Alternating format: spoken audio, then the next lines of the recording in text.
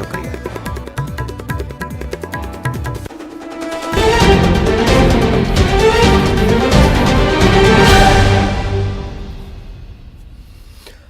बहुत बहुत स्वागत। सुर्खियों के बाद खबरें विस्तार से। आपके साथ मैं हूं ललित प्रजापति। शुरुआत करेंगे जामनगर से मिल रही बड़ी खबर के साथ। जामनगर एयरपोर्ट पर रूस की फ्लाइट की इमरजेंसी लैंडिंग करवानी पड़ी है। मॉस्को से गोवा ये फ्लाइट जा रही थी और उसी दौरान इसकी इमरजेंसी लैंडिंग करवाई गई। फ्लाइट में संदिग्ध सामान होने की आशंका के चलते ये लैंडिंग हुई है। कलेक्टर और पुलिस के आला अधिकारी एयरपोर्ट पर पहुंचे। बम निरोधी दस्ता भी साथ है। एम्बुलेंस भी मौके पर पहुंची। मॉस्को गोवा फ्लाइट, जामनगर में इसकी इमरजेंसी लैंडिंग और एनएसजी की टीम भी इसकी जांच कर रही है। गुजरात के जामनगर में 244 यात्रियों और क्रू मेंबर को फ्लाइट से उतारा गया है। एयरपोर्ट पर उन्हें रखा गया है और फ्लाइट की गहनता से जांच की जा रही है।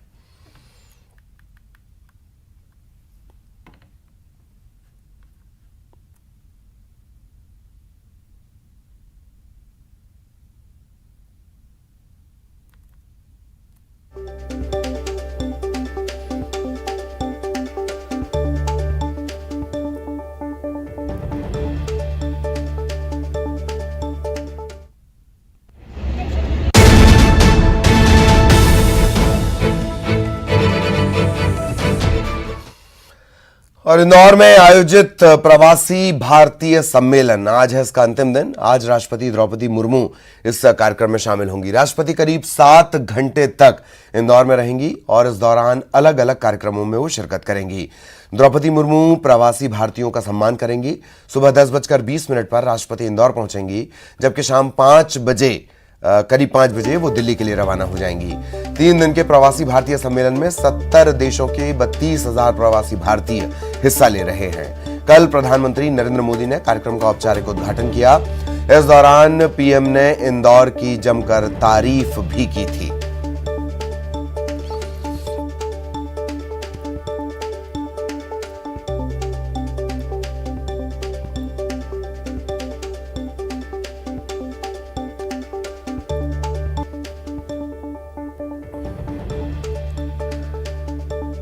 तो आज ये कार्यक्रम संपन्न हो जाएगा। एक बड़ा आयोजन, प्रवासी भारतीय सम्मेलन, तीसरा और आखिरी दिन। कल प्रधानमंत्री मोदी इसमें शामिल हुए। तकरीबन 4 घंटे वो इंदौर में रहे, जमकर तारीफ की। और आज राष्ट्रपति द्रौपदी मुर्मू इसमें शामिल होंगी, मेहमानों का सम्मान करेंगी। सुबह 10:20 पर उनके आने का कार्यक्रम है, जबकि 5 बजे वो दिल्ली रवाना हो जाएंगी। तकरीबन 7 घंटे मध्य प्रदेश के इंदौर में रहेंगी राष्ट्रपति द्रौपदी मुर्मू। सहयोगी विकास इस वक्त हमारे साथ जुड़े हुए हैं। सीधा विकास के पास आपको लिए चलेंगे। विकास, आज राष्ट्रपति, महामहिम राष्ट्रपति पहुंचने वाली हैं और तकरीबन 7 घंटे वो इंदौर में रहेंगी। विस्तार से बताएं जरा।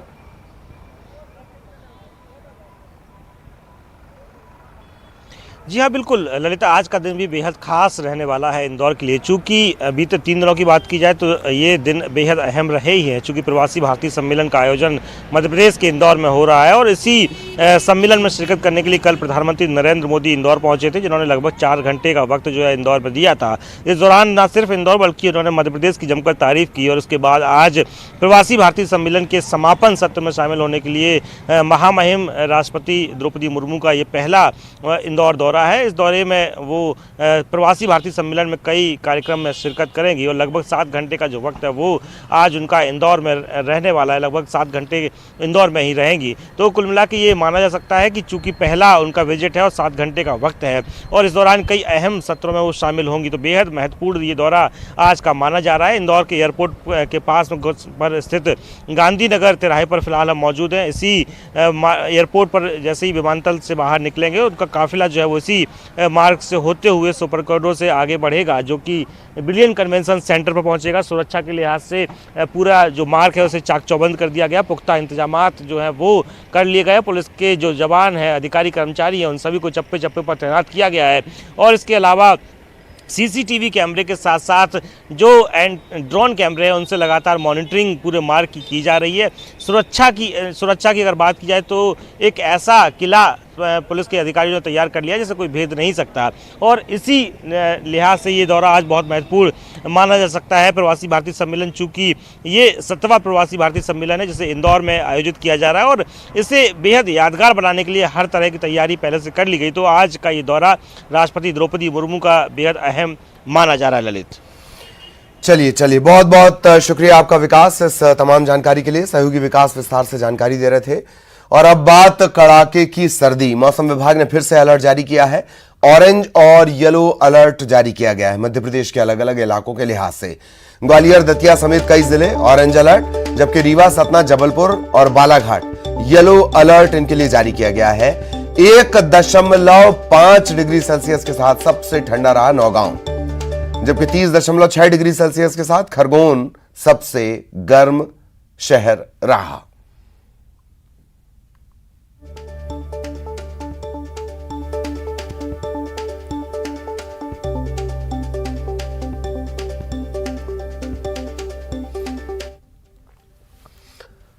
और अब बड़ी खबर ग्वालियर से। जनवरी में रिकॉर्ड तोड़ सर्दी, लगातार 6 रातें और यहां पर तापमान 5 डिग्री सेल्सियस से नीचे रहा। कोहरे के चलते रफ्तार और उड़ानों पर भी ब्रेक लग रहा है, बार बार ब्रेक लग रहा है। मुंबई और बेंगलुरु की फ्लाइट 3 घंटे देरी से ग्वालियर पहुंची है। उत्तर भारत से आने वाली 38 ट्रेन लेट चल रही हैं। कई घंटे की देरी से ट्रेन लेट हो रही हैं। तो अगर आप ग्वालियर या ग्वालियर रूट से गुजरने वाली ट्रेन से सफर करने वाले हैं, पहले स्टेशन पर इंक्वायरी कर लें। रिकॉर्ड तोड़ सर्दी ग्वालियर में, लगातार 6 रातें ऐसी जहां तापमान 5 डिग्री सेल्सियस से नीचे रहा। कोहरे के चलते रफ्तार पर ब्रेक लगा हुआ है, उड़ानों पर ब्रेक लगा हुआ है। मुंबई और बेंगलुरु की फ्लाइट 3 घंटे देरी से ग्वालियर पहुंची है। तकरीबन 38 ट्रेन जो देरी से चल रही हैं। सहयोगी सुशील हमारे साथ जुड़े हुए हैं, सीधा सुशील के पास आपको लिए चलेंगे। सुशील, इससे पहले एक रिकॉर्ड टूटा कोल्ड डे का, और अब 6 रातें 5 डिग्री सेल्सियस से कम, और यह भी नहीं कहा जा सकता कि अब बस करो। सुशील, बिल्कुल, देखिए ग्वालियर चंबल अंचल में कड़ाके की सर्दी का दौर लगातार जारी है और जनवरी महीने में तो इस बार रिकॉर्ड तोड़ सर्दी पड़ रही है। लगातार जो 6 दिन थे जनवरी में वो कोल्ड डे रहे थे, यानी दिन का तापमान सामान्य से 5 से 8 डिग्री नीचे रहा था। इसके साथ ही बीती अगर 5-6 रातों की बात करें तो लगातार 6 रातों से तापमान जो है 5 डिग्री के नीचे बना हुआ है, यानी 2 डिग्री से लेकर 4 डिग्री के आसपास इन 6 रातों का तापमान रहा है। यही वजह है कि कड़ाके की सर्दी इस बार ग्वालियर चंबल अंचल को परेशान कर रही है। इसके साथ ही कोहरे और पाले का असर भी लगातार ग्वालियर चंबल अंचल पर बना हुआ है। रात से लेकर सुबह के वक्त तक कोहरा रहता है। यही वजह है कि मुंबई और बेंगलोर की जो फ्लाइट है वो 3-3 घंटे की देरी से आई। इसके अलावा उत्तर भारत, खासतौर पर कश्मीर, हिमाचल और दिल्ली से आने वाली जो ट्रेनें हैं वो 38 ट्रेनें देरी से चल रही है। ट्रेनें भी लगभग 6 से 8 घंटे की ट्रेनें देरी से ग्वालियर से गुजर रही है। मौसम विभाग का कहना है कि 15 जनवरी तक सर्दी का जो मौसम है इसी तरह से बना रहेगा। हालांकि बीच में कुछ राहत जरूर मिलेगी, लेकिन 11 जनवरी से जो सर्दी का मौसम है एक बार फिर जोर पकड़ेगा और 15 जनवरी तक कड़ाके की सर्दी ग्वालियर चंबल अंचल में पड़ेगी।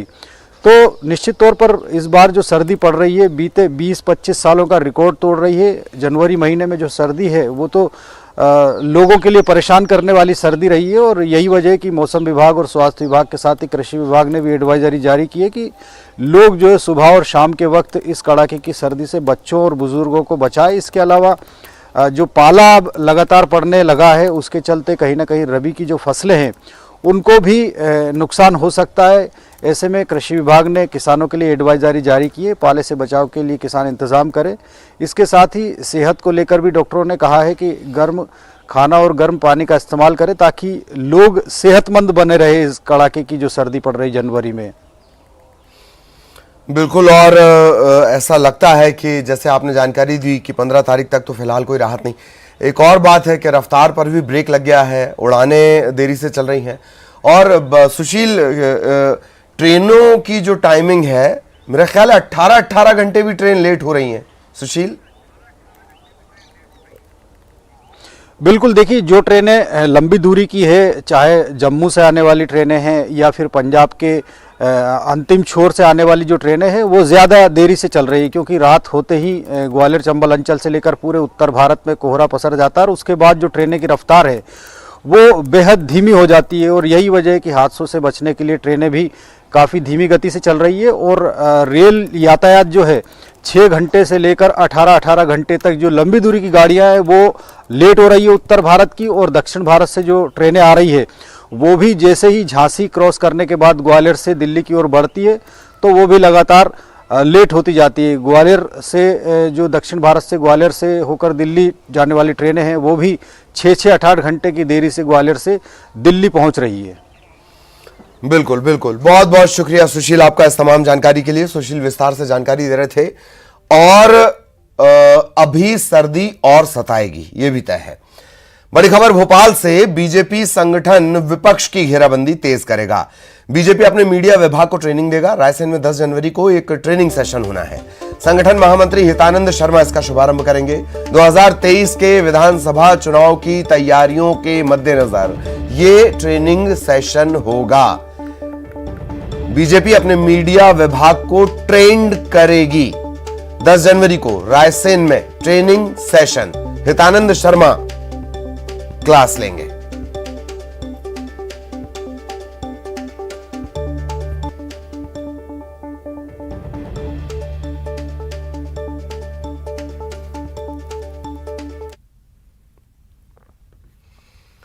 एक और अहम खबर भोपाल से ही, चुनाव से पहले अलग अलग समाजों को साधने में जुटी है कांग्रेस। सोशल इंजीनियरिंग के तौर पर इसे देखा जा रहा है। ओबीसी सम्मेलन के बाद अब अनुसूचित जाति का सम्मेलन आयोजित किया जा रहा है। अनुसूचित जाति विभाग का यह सम्मेलन है। कमलनाथ इस सम्मेलन में शामिल होंगे।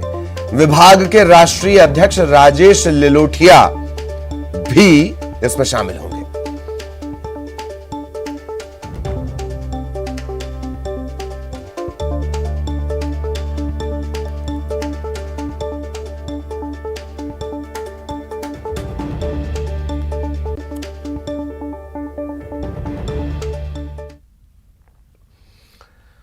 और अब गरियाबंद से बड़ी खबर, राज्य में माघी पुन्नी मेले को लेकर बैठक आज रखी गई है। राज्य में धर्मस्व मंत्री ताम्रध्वज साहू ये बैठक लेने वाले हैं। कलेक्टर ने अधिकारियों को उपस्थित रहने के निर्देश दिए हैं। 5 से लेकर 8 फरवरी यानी महाशिवरात्रि तक माघी पुन्नी मेले का आयोजन किया जाना है। इसी की तैयारियों को लेकर किस तरह की व्यवस्थाएं हैं, इन तमाम चीजों को लेकर आज एक महत्वपूर्ण बैठक राज्य में यह बैठक होनी है। धर्मस्व मंत्री, जिनके पास गृह मंत्री की भी जिम्मेदारी है, ताम्रध्वज साहू, वो बैठक लेंगे। कलेक्टर ने तमाम अधिकारियों को उपस्थित रहने के निर्देश दिए हैं। 5 से 8 फरवरी तक महाशिवरात्रि तक माघी पुन्नी मेले का आयोजन होना है।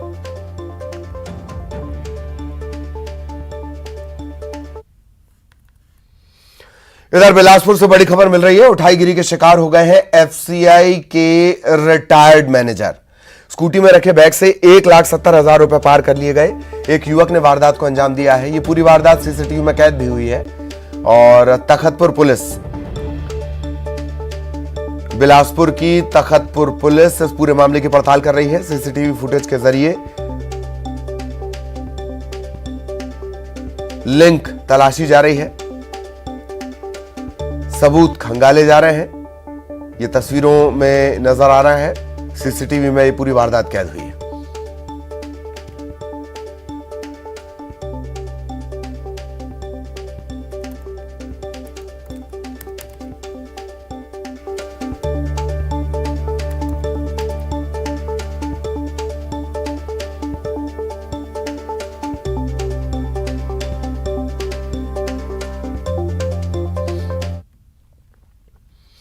और अब बड़ी खबर रायगढ़ से, जहां मामूली बात पर मैकेनिक की हत्या कर दी गई। समय पर टीवी ठीक नहीं करने पर मैकेनिक की हत्या कर दी गई। हत्या के आरोप 2 नाबालिग पर लगे हैं। 2 युवक भी इसमें शामिल हैं। रायगढ़ के तमनार इलाके की यह घटना है। मामूली बात पर मैकेनिक की हत्या कर दी गई। वजह सिर्फ इतनी कि टीवी समय पर ठीक नहीं हुआ। इसको लेकर विवाद बढ़ा और मैकेनिक की हत्या कर दी गई। नाबालिग और 2 युवक इस मामले में आरोपी बनाए गए हैं। इन्हें गिरफ्तार कर लिया गया है। रायगढ़ थाना इलाका लगता है। तमनार, रायगढ़ के तमनार थाना इलाके की घटना है।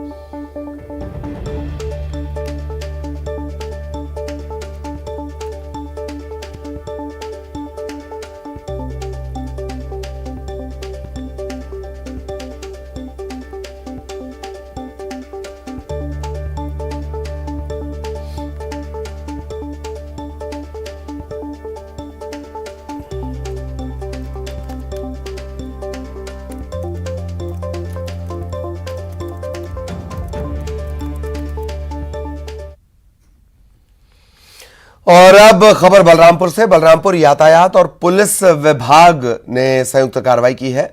1 जनवरी से 31 दिसंबर ये पूरे एक साल लगातार कार्रवाई की जाती रही। 7,000 से ज्यादा वाहन चालकों पर चालानी कार्रवाई की गई है। सभी पर जुर्माना, इन सभी से जुर्माना वसूला गया। 38,58,450 रुपए के समन की वसूली हुई है। सड़क हादसे में कमी लाने के लिए विशेष अभियान पूरे साल भर चला है और इस दौरान 7,000 वाहन चालकों पर कार्रवाई, 38,58,450 रुपए की वसूली।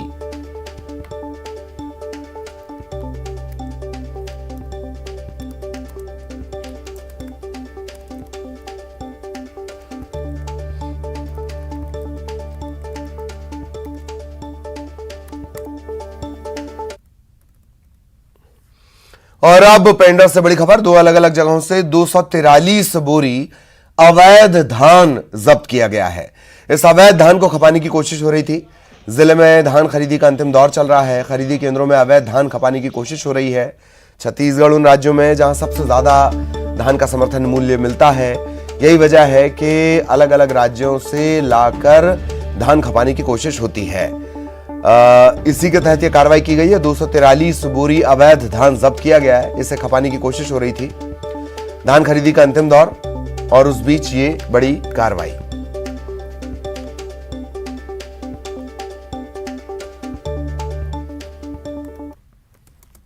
धान खरीदी का आखिरी महीना चल रहा है। इसमें बहुत सारे कोचिए और अवैध धान खपाने के लिए फिराक में है। इसी को देखते हुए अंजनी और जितने भी आसपास के राइस मिल हैं वहाँ पे अपने राजस्व विभाग की पटवारी और आरआई की ड्यूटी लगाई गई है। तो वहाँ पे एक अवैध धान एक माजदा में जा रही थी। ऐसा सूचना मिला हुआ है कि धनौली से यह अंजनी जा रहा था। तो उसमें लगभग 130 बोरी धान था। उसे थाने में गौरेला में सुपुर्द किया गया है। इसके अलावा एक गोदाम है अंजनी में, वहाँ पे लगभग 200 बोरी सील किया गया है। और एक गाड़ी जो है जिसमें कि 113 बोरी धान था, वह पेंड्रा से देवर गांव जा रहा था, उसे भी पकड़ के जब्त किया गया है। और इसकी विवेचना की जा रही है कि यह धान किसके यहाँ जा रहा था, कहाँ से आ रहा था। छत्तीसगढ़ में पारंपरिक खेलों को बढ़ावा देने के उद्देश्य से छत्तीसगढ़िया ओलंपिक का आयोजन किया गया। इसमें 60 साल की एक बुजुर्ग महिला ने फुगड़ी में रिकॉर्ड बना दिया। राजधानी रायपुर में छत्तीसगढ़िया ओलंपिक की धूम मची हुई है। राजधानी रायपुर का ये इंडोर स्टेडियम है और आप यहाँ पर देख सकते हैं कि अलग अलग जो खेल हैं, पारंपरिक खेल है छत्तीसगढ़ के, और उस पर जो है जिन लोगों ने संभाग जीता उसके बाद में राज्य स्तरीय प्रतियोगिता हो रही है। कहते हैं कि खेलने की कोई उम्र नहीं होती। इस बात को चरितार्थ किया है गरियाबंद जिले की 60 साल की बुजुर्ग महिला आशुबाई ने। जी हाँ, राजधानी रायपुर में चल रहे छत्तीसगढ़िया ओलंपिक में बुजुर्ग महिला आशुबाई ने फुगड़ी में रिकॉर्ड बनाया। गरियाबंद की इस बुजुर्ग महिला ने 1 घंटा 31 मिनट तक फुगड़ी की। रिकॉर्ड बनाने के बाद बुजुर्ग महिला ने कहा कि ये सब बोरेबासी का कमाल है। गरियाबंद कते उम्र है आप मन के? 60 साल के हो? हाँ। अच्छा, तो एक बार पहले जीते हो? हाँ। ओकर बाद आए हो? हाँ। तो कतका देर करे हो आप मन? 1 घंटा 31 मिनट। हाँ। और कतका जन रहे आप मन के संग? 5 जन रहे हैं। 5 जन रहे हो? हाँ। 1 घंटा तक कर ले हो? हाँ। फुगड़ी खेल में आशुबाई ने रिकॉर्ड स्थापित किया है। 60 साल की उम्र में आशुबाई के हौसले को देखकर लोग दंग रह गए।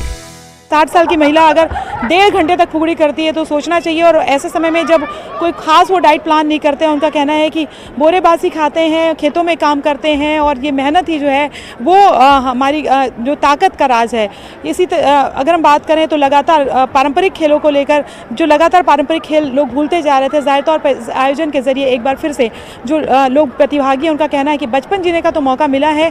साथ ही गाँव की महिलाओं का कहना है कि बाहर सबसे मिलने का मौका मिला है। राजधानी रायपुर इंडोर अलग अलग स्टेडियम देखने का मौका मिला है। लेकिन इसके साथ ही ये और एक बात और है कि जब पूरी दुनिया मोबाइल पर ही अगर हम बात करें, युवा पीढ़ी खासतौर पर मोबाइल पर ही सेंटर्ड रहती है और उसके चलते कई सारी बीमारियों के शिकार वो हो रहे हैं। ऐसे में इस तरह के परंपरागत खेल जब वापस लौट के आ रहे हैं तो कहीं ना कहीं इसे एक अच्छी उम्मीद के तौर पे देखा जा सकता है। कैमरा पर्सन इमरान के साथ ममता लांजेवार, न्यूज़ 18 छत्तीसगढ़, रायपुर।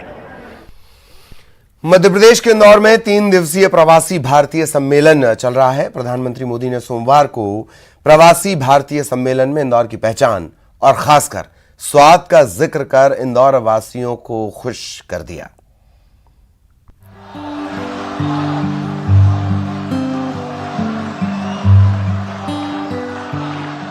इंदौर में चल रहे प्रवासी भारतीय सम्मेलन में सोमवार को प्रधानमंत्री नरेंद्र मोदी भी शामिल हुए। प्रधानमंत्री ने अपने अंदाज में इंदौर की तारीफ की। उन्होंने कहा कि इंदौर भी अद्भुत है। मैं कहता हूं कि इंदौर एक दौर है। ये वो दौर है जो समय से आगे चलता है, इसके बाद भी विरासत को समेटे रखता है। लोग कहते हैं कि इंदौर एक शहर है, लेकिन मैं कहता हूं इंदौर एक दौर है। ये वो दौर है जो समय से आगे चलता है, फिर भी विरासत को समेटे रहता है। पीएम मोदी ने कहा कि इंदौर को स्वच्छता के साथ स्वाद की राजधानी भी कहते हैं। इंदौर नमकीन का स्वाद, साबूदाने की खिचड़ी, कचौरी, समोसे, शिकंजी, जिसने भी इसे देखा उसके मुंह का पानी नहीं उतरा। जिसने इसे चखा उसने कहीं और मुड़कर नहीं देखा। पीएम मोदी ने इंदौर की स्वच्छता की भी तारीफ की। हमारे लिए ये दुनिया को भारत के बारे में बताने का अवसर है। ये दुनिया के लिए भारत के अनुभवों से सीखने का, पुराने अनुभवों से सस्टेनेबल फ्यूचर की दिशा तय करने का अवसर है। हमें G20 केवल एक डिप्लोमेटिक इवेंट नहीं, बल्कि जन भागीदारी का एक ऐतिहासिक आयोजन बनाना है। वहीं सीएम शिवराज सिंह चौहान ने पधारो मारे घर अभियान के तहत घरों में ठहराए गए अतिथियों से मुलाकात की। सीएम शिवराज सिंह चौहान को आनंदा कॉलोनी वासियों ने फूल मालाओं से स्वागत किया। सीएम ने 15 देशों से आए 30 NRI से मुलाकात की। प्रवासी भारतीय सम्मेलन की यहाँ नागरिकों की हमने बैठक की, मेरे सभी साथी और उसी में से कई आइडिया निकले कि खबर परिवार जिनके हमारे यहाँ प्रवासी भारतीय भाई बहन पूरे दुनिया से आना चाहते हैं। बाकी सभी पहले हमारी कोशिश थी कि उनके सम्मान में, उनके स्वागत में, आतिथ्य में कोई कोर कसर नहीं रह जाए।